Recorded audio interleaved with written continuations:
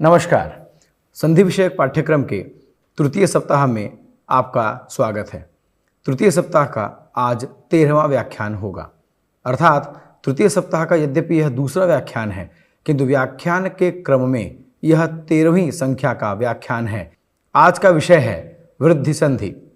वृद्धि संधि को पढ़ने के पूर्व हमें यह ज्ञात करना आवश्यक है कि हम गुण संधि पढ़ चुके हैं, और जैसा कि हमने द्वितीय सप्ताह में गुण संधि पढ़ी है, तो हमको समझने की आवश्यकता है कि यह वृद्धि संधि गुण का ही अपवाद है, तथा यदि गुण का हमें अभ्यास पर्याप्त रूप से हो चुका है तो वृद्धि को पढ़ने में अधिक समय नहीं लगेगा। अतः आज का जो पाठ्य विषय है वह वृद्धि संधि के साथ साथ उपसर्ग के विषय को भी लेता है। तो आज का जो पाठ्य विषय है, यदि हम स्लाइड पर दृष्टि दें तो हमें दिखेगा कि आज का जो पाठ्य विषय है उसमें सर्वप्रथम हम वृद्धि, संज्ञा, प्रयोग एवं उदाहरण को देखेंगे। इसके साथ साथ संज्ञा सूत्र के विषय को समझेंगे। उसके बाद संधि सूत्र एवं व्याकरण में उसका जो प्रयोग है उसको देखते हुए उपसर्ग के परिचय को भी लेंगे। एवं उपसर्ग के परिचय के अंतर्गत दो सूत्र आते हैं, उपसर्गः क्रियायोगे एवं उपसर्गाद् वृद्धि धातौ। तो इन दोनों को भी हम यहाँ पर देखेंगे। तो कहने का तात्पर्य यह है कि आज की कक्षा वृद्धि संधि के साथ साथ उपसर्ग को लेकर के भी बात करेगी। तो अब वृद्धि को लेकर आगे बढ़ते हैं। वृद्धि, जैसा कि इससे पूर्व गुण के प्रसंग में भी हमने बात कही थी कि वृद्धि और गुण यह दो ऐसे पारिभाषिक शब्द हैं जिनका व्याकरण में अपना अंतरंग प्रयोजन है। अर्थात जिस प्रकार से गुण का अर्थ लोक में वैशिष्ट्य या विशेषता होता है, उसी प्रकार से वृद्धि का अर्थ बढ़ना होता है। गुण का अर्थ जैसे विशेषता होता है, परंतु गुण शब्द से हम व्याकरण में अ, ए, ओ को लेते हैं, किंतु वृद्धि का अर्थ बढ़ना होता है। यद्यपि वृद्धि के अर्थ में भी बढ़ना अर्थ यहाँ पर भी लागू हो जाता है, परंतु इस विषय में समझने की आवश्यकता है कि वृद्धि शब्द से हमें यह ज्ञात होता है कि वृद्धि का अर्थ व्याकरण में क्या है। तो उसको समझने के लिए संज्ञा सूत्र की प्रवृत्ति होती है। अर्थात वृद्धि संधि के प्रसंग में भी हमें संज्ञा एवं संधि दोनों सूत्रों को देखने की आवश्यकता है, तथा संज्ञा सूत्र को देखने की आवश्यकता क्यों है, यह इस स्लाइड में एवं अगली स्लाइड से हमें स्पष्ट हो जाएगा। तो यदि अब हम स्लाइड पर अगर हम दृष्टि दें तो हमको दिखता है कि वृद्धि संज्ञा अष्टाध्यायी का प्रारंभ ही वृद्धिरादैच सूत्र से होता है, जो कि स्वतः मंगलाचरणात्मक है। अर्थात अष्टाध्यायी का प्रारंभ ही वृद्धिरादैच इससे हुआ है। अर्थात अष्टाध्याय का मंगलाचरण ही वृद्धि शब्द से होता है। यद्यपि वृद्धि शब्द स्वयं में मंगलास्पद है, अतः मंगलाचरण तो हो ही गया, किंतु इसके साथ ही वृद्धिरादैच के अनेक अर्थ हैं। किंतु संप्रति हम संधि के परिप्रेक्ष्य में यदि देखें तो वृद्धिरादैच यह सूत्र कहता है कि वृद्धि ही आदैच। अभी इस विषय को लेकर स्लाइड में देखते हैं। तो अष्टाध्याय का प्रारंभ ही वृद्धिरादैच सूत्र से होता है, जिससे कि इसका विशिष्टत्व संकेतित हो जाता है। अर्थात 3995 सूत्रों में से महर्षि पाणिनि ने वृद्धिरादैच के द्वारा ही मंगलाचरण किया। क्यों किया? अवश्य ही कोई अन्यतर कारण भी हो सकता है, परंतु यदि हम व्याकरण की दृष्टि से देखें, अर्थात यदि हम अपने पाठ्यक्रम संधि के दृष्टि से देखें, तो वृद्धिरादैच का प्रथम निर्देश करके आचार्य ने हमें संकेत दिया है कि वृद्धि केवल मात्र संधि के लिए प्रयोग में की जाएगी, ऐसा नहीं है। अर्थात अष्टाध्याय के प्रथम दो सूत्र वृद्धिरादैच और अदैं गुणः, यह दोनों आचार्य के द्वारा संकेत किए जाते हैं कि मात्र संधि के लिए ही इनका प्रयोग नहीं है। तो अब पुनः यदि हम स्लाइड पर दृष्टि दें तो हम देखेंगे कि वृद्धि के भी दो प्रकार के सूत्र हो जाएंगे। एक है संज्ञा सूत्र, एक है संधि सूत्र। संज्ञा सूत्र वृद्धिरादैच एवं संधि सूत्र वृद्धिरेचि। तो वृद्धिरादैच को यदि हम विभक्त करें तो हमको मिलता है वृद्धि ही आदैच, जिसका अर्थ होगा कि आ, ऐ और औ को वृद्धि संज्ञा होगी।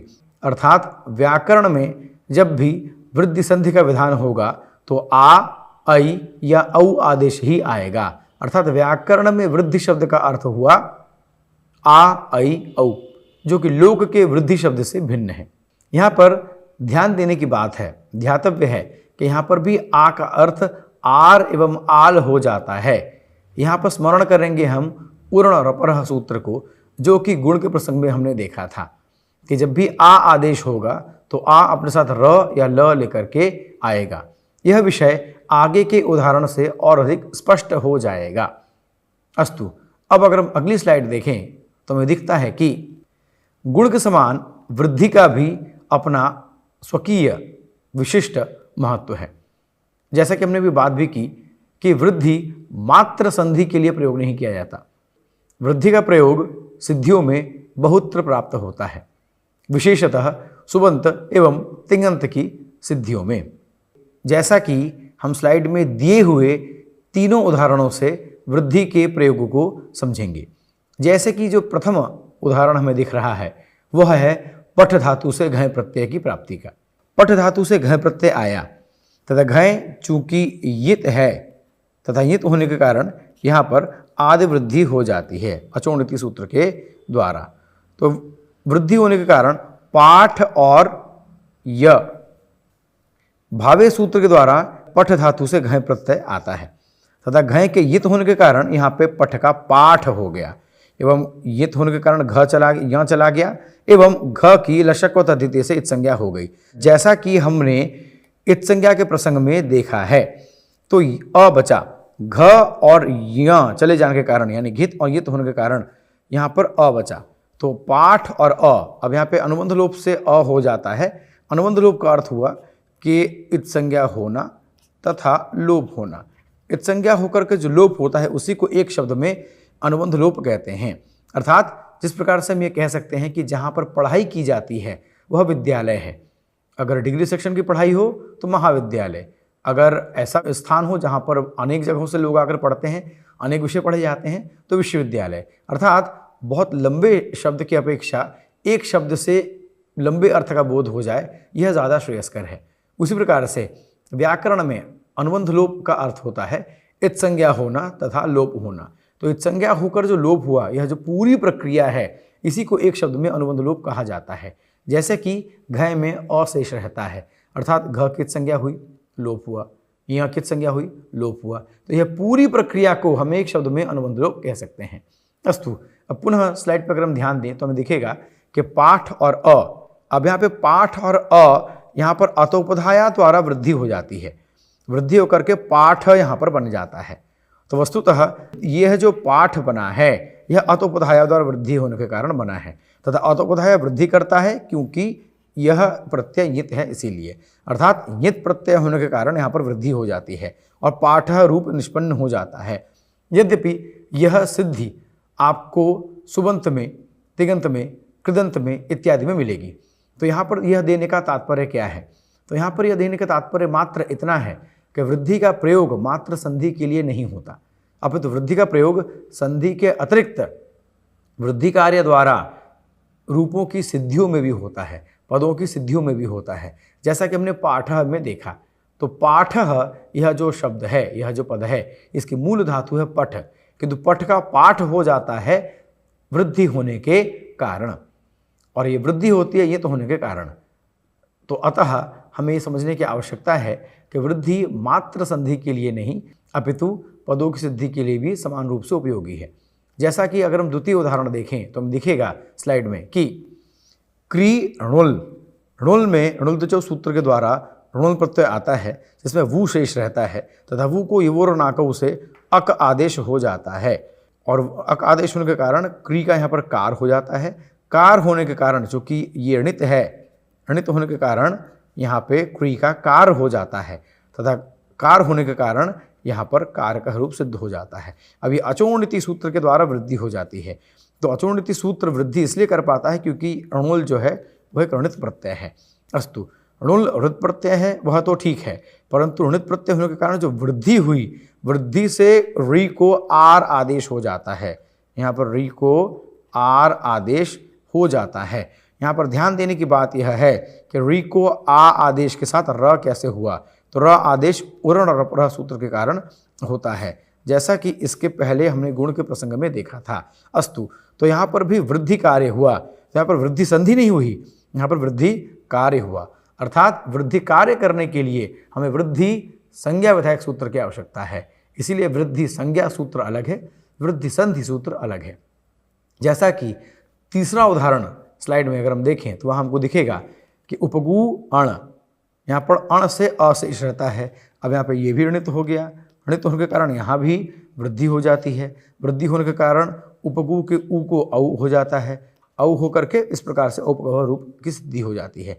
अर्थात रूपों की सिद्धि में वृद्धि का अपना विशिष्ट महत्व है एवं इसी कारण वृद्धि संज्ञा सूत्र की पृथक कल्पना की गई है, हम ऐसा मान करके चल सकते हैं। उसके बाद हम आगे वृद्धि संधि के विषय को समझेंगे। अभी तक हमने वृद्धि संज्ञा सूत्र क्यों बनाया गया तथा उसका क्या प्रयोग है इसको देखा। अब हम वृद्धि संधि के विषय को लेकर के आगे बढ़ेंगे। तो अगली स्लाइड में अगर हम देखें तो हमको दिखेगा कि वृद्धि संधि विधायक सूत्र है वृद्धि रेचि, अर्थात वृद्धि ही एचि, अर्थात क्या हुआ कि पदांत अ के बाद यदि एच आ जाए तो वृद्धि रेखादेश हो जाता है। अर्थात यहाँ पर भी हम स्थानीय और निमित्त को लेकर के अगर चलें तो हम यह सरल शब्दों में लोक व्यवहार हेतु हम समझ सकते हैं कि वृद्धि संधि के लिए दो शर्तें आवश्यक हैं। प्रथम, पदांत अ आना चाहिए। द्वितीय, एच उसके बाद आना चाहिए। अव्यवहित वर्ग में एच आना चाहिए। व्यवहित और अव्यवहित विषय को हम पहले ही समझ चुके हैं यण संधि के प्रसंग में, और मुझे आशा है कि आपने उसका अच्छे से अवगाहन किया है। अतः व्यवहित और अव्यवहित में के बीच में जो भेद है वो आप समझ सकते हैं। अव्यवहित अर्थात व्यवधान रहित, अर्थात लगातार, अर्थात ये हम कह सकते हैं कि पदांत अ के तुरंत बाद अगर एच आ जाए तो वृद्धि एक आदेश हो जाता है, अर्थात स्थानीय और निमित्त दोनों बदल जाते हैं आदेश के अंतर्गत। जैसा कि उदाहरण में अगर हम देखें स्लाइड में तो हमको दिखेगा कि कृष्ण एकत्वम। अब कृष्ण में जो अ है पदांत अ, तो प्रथम शर्त, पहली शर्त पूरी हो रही है। एकत्व में जो ए है वो एच के अंतर्गत परिगणित होता है, अतः यहाँ पे दोनों विषय लागू हो जाते हैं, अर्थात दोनों शर्तें पूरी हो जाती हैं।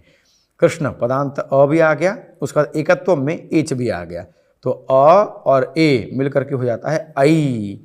क्यों? क्योंकि अ का उच्चारण स्थान है कंठ, ए का है कंठ तालु, तो अब आ जाता है आई, आई हो गया कंठ तालु। तो अतः स्थानीय और निमित्त दोनों को परिवर्तन करते हुए यहाँ पर संधि का विधान, यहाँ अर्थात यहाँ पर आदेश का विधान हो जाता है, तो कृष्णैकत्वम रूप सिद्ध हो जाता है। अब यहाँ पे स्थानेन्तरतम सूत्र के द्वारा आप ये समझ सकते हैं कि यह आदेश क्यों हुआ। इससे पहले भी हमने बात की थी कि स्थानेन्तरतम अत्यंत महत्वपूर्ण सूत्र है। यह सूत्र सदैव संधि के प्रसंग में कार्य में आता है, अर्थात यह सूत्र बताता है कि जब भी आदेश होगा तो वह स्थानीय और निमित्त उभय के उच्चारण स्थान की अंतरंगता को देखते हुए ही आएगा। अतः कृष्ण एकत्वम को हो जाता है कृष्णैकत्वम। कृष्ण में पदांत अ है, एकत्व में ए है जो कि एच में आता है, अतः अ और ए मिलकर के ऐ आदेश हो जाता है, तथा चूंकि अ और ए दोनों के स्थान पर यह आदेश होता है इसीलिए इसे वृद्धि रेखादेश या वृद्धि एक आदेश कहा जाता है। जैसा कि द्वितीय उदाहरण में हम स्लाइड में देख सकते हैं कि गंगा ओघः, गंगा पदांत अ आ गया। अब हमने पहली बात की थी कि पदांत अ कहने का तात्पर्य है कि 18 प्रकार के अ इसमें आ जाते हैं। अस्तु, अ आ गया, इसका ओघः एच के अंतर्गत आ गया, तो आ और ओ, आ और ओ। अब यहाँ पर आ और ओ जो विषय है ये कंठ और कंठोष्ठ है और औ भी कंठोष्ठ है, तो अतः आ और ओ के स्थान पर औ आदेश होकर के गंगौघः रूप सिद्ध हो जाता है। अर्थात यहाँ पर भी हमें देखने की आवश्यकता है कि दोनों शर्तें पूरी हो रही हैं, दोनों शर्तें पूरी हो रही हैं। अर्थात अ के पश्चात अगर एच आ जाएगा तो वृद्धि रेखादेश हो जाएगा, वृद्धि रेखादेश हो जाएगा, जैसा हो गया। अब इसी प्रकार से यहाँ पे देव ऐश्वर्यम तो बनेगा देवैश्वर्यम। तो देवैश्वर्यम में भी अ और ऐ, अ और ऐ कंठ और कंठ तालु और अ और ऐ को मिला करके ऐ ही बन जाता है, तो कंठ तालु, तो देवैश्वर्यम इस प्रकार से बन जाएगा। तो कहने का तात्पर्य यह है कि वृद्धि संधि के यह जो तीन उदाहरण हमको दिखते हैं, यह तीन उदाहरण हमें एक संकेत देते हैं कि किस प्रकार से अनेकों उदाहरण यहाँ पर बनाए जा सकते हैं। जैसे कि कृष्ण एकत्वम, अब यहाँ पे कृष्ण एकत्वम की जगह अगर आप कृष्ण एकः करें तो बनेगा कृष्णैकः। अब देखिए किस प्रकार से संधि के एक उदाहरण के द्वारा आप सहस्रों उदाहरणों को समझ सकते हैं। उदाहरण के लिए कृष्ण एकत्वम यहाँ पर कृष्ण की जगह आप राम लेकर चले आएँ तो क्या बनेगा? रामैकत्वम। शिव लेकर चले आएँ शिवैकत्वम। ब्रह्म लेकर चले आएँ तो ब्रह्मैकत्वम। रमेश रमेशैकत्वम इत्यादि इत्यादि बनता रहेगा। अब इसी एकत्वम की जगह एक कर दें तो कृष्ण एक, कृष्णैकः, शिवैकः, रामैकः इत्यादि इत्यादि। कहने का तात्पर्य यह है कि अगर आपको कॉन्सेप्ट, सिद्धांत या विषय जो भी कहें स्पष्ट है तो आप उस एक उदाहरण के द्वारा सहस्रों उदाहरणों को समझ सकते हैं। इसी प्रकार से गंगा ओघः, तो जितनी भी नदियां हैं जो आकारांत हैं, गंगा, यमुना, नर्मदा, कृष्णा, जितनी भी नदियां हैं इन सब के बाद आप ओघ ओघ लगाते जाएं तो वैसे ही रूप बनेंगे।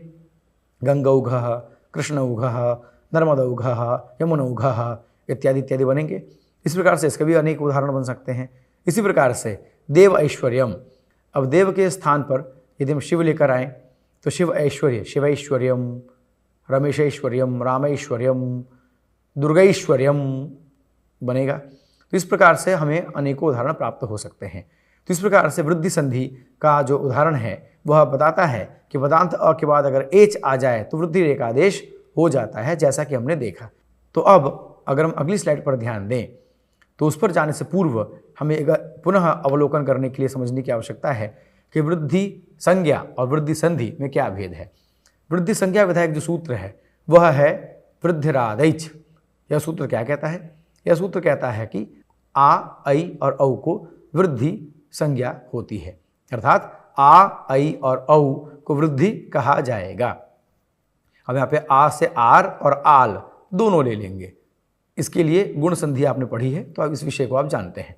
तो अर्थात वृद्धि संज्ञा करने का तात्पर्य क्या हुआ कि वृद्धि क्या है व्याकरण में, ये हमें ज्ञात हो जाता है। तो आ, ऐ और औ है, अतः हम जब भी पदों की सिद्धियों में वृद्धि का प्रयोग करेंगे तो जहाँ आवश्यकता होगी वहाँ आ, ऐ या औ का आदेश कर देंगे।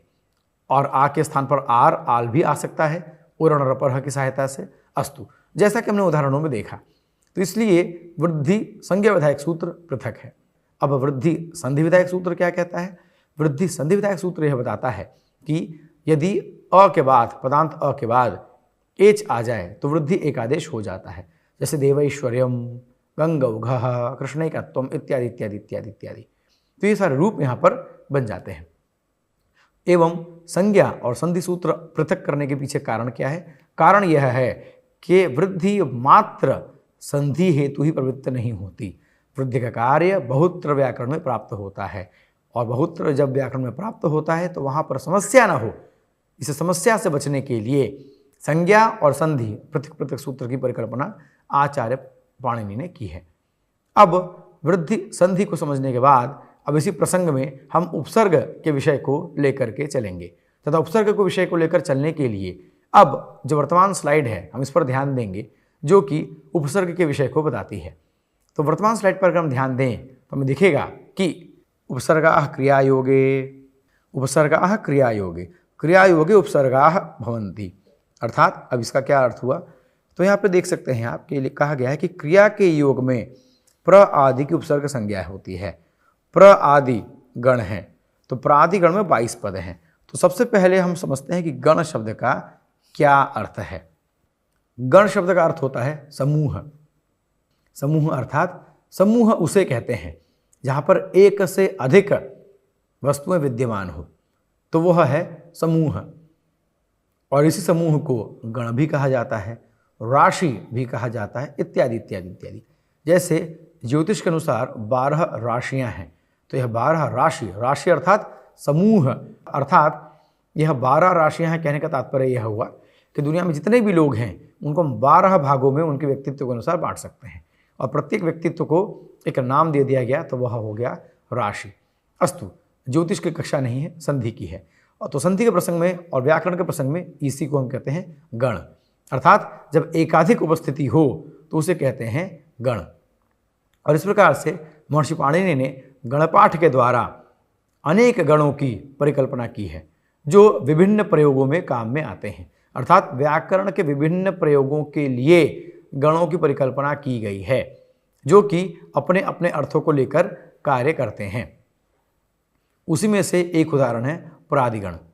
तो गण का तात्पर्य क्या हुआ? जैसे उदाहरण के लिए भ्वादिगण, जैसे जब हम धातु पाठ की ओर बात करेंगे या जब हम तिङन्त की बात करते हैं तो वहाँ पर धातु पाठ आता है। अब धातु पाठ में अलग अलग गण हैं, जैसे भुआदि गण। तो भू आदि गण, तो उसमें क्या है कि उसमें धातुओं की परिकल्पना की गई है, जिसमें भू आदि धातुएं हमको दिखती हैं। तो चूंकि सर्वप्रथम भू का परिगणन या भू को कहा गया है या भू का उपदेश किया गया है, इसीलिए वह भुआदि गण हो गया। इसी प्रकार से प्रादिगण अर्थात प्र से यहाँ का प्रारंभ हुआ, इसलिए प्रादि, और चूंकि एकाधिक है तो प्रादि गण। अब यहाँ पर हमको 22 वर्ण दिखते हैं, जो कि हम स्लाइड में देख सकते हैं। प्र, परा, अप, सम, अनु, अव, निस, निर, दुस, दुर, वी, आंग, नी, अधि, अपि, अति, सु, उत, अभि, प्रति, परि और उप। अर्थात यह जो 22 जो हमको वर्ण दिख रहे हैं, जब ये वर्ण या वर्ण समूह क्रिया के योग में उत्पन्न हो जाएंगे तो इन्हें उपसर्ग कहा जाएगा। कहने का तात्पर्य यह है कि जब यह 22 जो वर्ण या वर्ण समूह हमको दिख रहे हैं, यह जब क्रिया के योग में लगेंगे इन्हें तभी उपसर्ग कहा जाएगा। जैसे अगर हम लोक व्यवहार में समझने का प्रयास करें तो चावल पड़ा हुआ है, परंतु उस चावल को जब हम कुकर में बैठाकर सीटी लगा देते हैं, जैसा कि संस्कृत में है तंडुल, तो चावल को तंडुल कहते हैं, और ओदन यानी जिसे हम भात कह देते हैं। तो तंडुल तब तक ही तंडुल है जब तक वो कुकर में या जब तक उसका पाक नहीं होता, और जैसी पाकक क्रिया हो गई तो तंडुल ओदन बन गया, यानी चावल भात बन गया। इस प्रकार से गेहूँ जो आटा के रूप में है, आटा आटा ही रहेगा, पर जब आपने उसको रोटी के रूप में जब आपने उसको बेल दिया तो वह रोटी बन गई, तो वह आटा रोटी हो गई। उसी प्रकार से प्र, परा इत्यादि 22 ये पड़े हुए हैं, जैसे हैं वैसे पड़े हुए हैं, पर जैसे आपने इनके साथ क्रिया का योग लगाया, मतलब जैसे आपने चावल को कुकर के साथ जोड़ दिया, पाक के साथ जोड़ दिया, तो वह हो गया भात। तो आपने इन प्र, परा इत्यादि को जैसे ही आपने क्रिया के साथ जोड़ दिया तो इनका नाम हो गया उपसर्ग। तो मेरे ख्याल से अब यह स्पष्ट होगा। अब जब भी हम भोजन करें तो चावल का ग्रहण करें तो भात का ग्रहण करें। चावल का ग्रहण तो नहीं करते, हम भात का ग्रहण करते हैं। यद्यपि अलग अलग क्षेत्रों में अलग अलग शब्द हैं, परंतु आटा और रोटी तो सामान्यतः सभी जगहों पर है। तो हम आटा और रोटी, हम जब भी रोटी खाएं तो आटा से वो रोटी बना। उस प्रकार से प्र, पर, अपसम, जब भी भोजन के योग में आटा का रोटी बन गया, क्रिया के योग में प्र, परा का उपसर्ग बन गया। ये सरल शब्दों में समझने के लिए, लोक व्यवहार के लिए ये उदाहरण था। अस्तु, अब अगर हम शास्त्रीय परंपरा में बात करें तो शास्त्रीय परंपरा के अनुसार विषय ये हुआ कि प्र आदि गण में पठित जो 22 वर्ण आप या वर्ण समूह आपको दिख रहे हैं, यह क्रिया के योग में जब भी आते हैं तो यह उपसर्ग संज्ञा में परिवर्तित हो जाते हैं। जैसे कि उदाहरण स्वरूप हम अभी अपने स्लाइड में देख सकते हैं, प्रार्थति, पराभवति, अपसरति, निष्क्रामति, व्याकरोति, उपसरति इत्यादि सभी क्रिया के योग में लगने के कारण यह सब के सब उपसर्ग हो गए। अब विषय यह आता है कि वृद्धि संधि के प्रसंग में हमने उपसर्ग बीच में क्यों लेकर के आ गए। तो उसका उत्तर हमें अगली स्लाइड में मिलता है, जहां उपसर्ग के द्वारा भी वृद्धि संधि का विधान हमको देखने को मिलता है, जो कि हम अगली स्लाइड में देखेंगे। परंतु उसको देखने से पूर्व हमें ये समझने की आवश्यकता है कि यह प्रादिगण व्याकरण में अत्यंत महत्वपूर्ण स्थान रखता है। प्रादिगण केवल उपसर्ग के अर्थ में ही प्रयोग नहीं किया जाता, उसके पूर्व हमें यह भी समझने की आवश्यकता है कि प्रादिगण उपसर्ग संज्ञा के साथ ही साथ यह निपात संज्ञा भी हो जाती है। जैसे कि हम स्लाइड में देख सकते हैं, इसकी निपात संज्ञा होती है, इसकी अव्यय संज्ञा होती है, इसकी गति संज्ञा होती है एवं इसकी प्रातिपदिक संज्ञा भी होती है।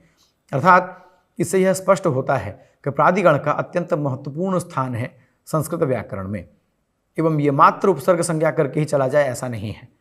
कालांतर में व्याकरण के अन्य विषयों का अध्यापन का प्रसंग यदि प्राप्त होता है तो उस प्रसंग में हम इन उदाहरणों को भी देखते हुए आगे बढ़ सकते हैं। परंतु अभी के लिए हमको ये समझने की आवश्यकता है कि प्रादिगण में पठित जो वर्ण हमको दिखते हैं या वर्ण समूह हमको दिखते हैं वो मात्र उपसर्ग संज्ञा नहीं, अभी तो उपसर्ग संज्ञा के साथ अन्य संज्ञाओं में भी प्रयुक्त होते हैं। अस्तु, तो जो हमने अभी बात की कि उपसर्ग को वृद्धि संधि के प्रसंग में क्यों लाया गया, इसलिए क्योंकि उपसर्ग को लेकर के भी वृद्धि संधि होती है। तो अब उस विषय को हम आगामी स्लाइड में देखते हैं। उपसर्गात धृति धातु, जैसा कि हम स्लाइड में देख सकते हैं, यह वृद्धि संधि करता है। तो यह सूत्र क्या कहता है?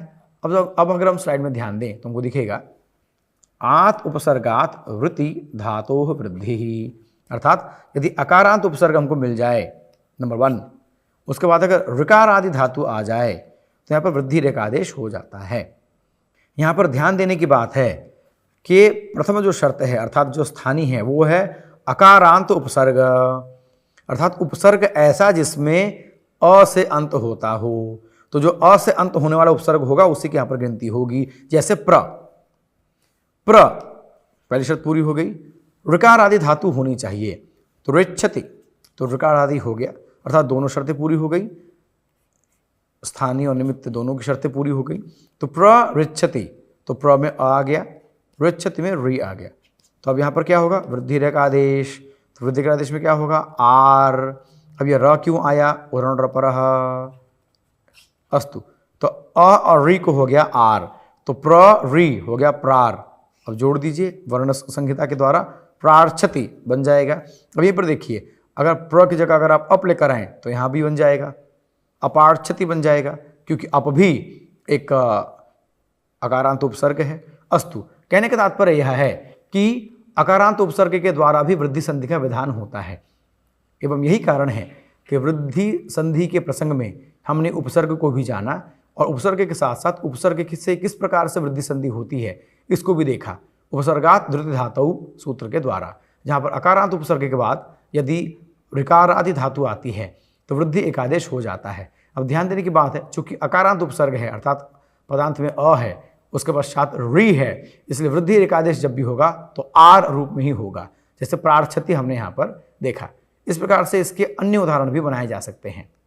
इसी के साथ मुझे आशा है कि आपने आज की कक्षा का आनंद लिया होगा एवं आनंद लेने के साथ ही साथ आप इस विषय को गंभीरता से और बड़े ही मनोरंजक तरीके से इसका अवगाहन करेंगे और आगे के विषयों को समझते हुए अपने आप को प्रवृत्त करेंगे एवं प्रवृत्त करने के साथ ही साथ संस्कृत व्याकरण में अपनी स्थिति और मजबूत करते रहेंगे। इसी कामना के साथ अगली कक्षा में भेंट करेंगे तथा उससे पूर्व धन्यवाद।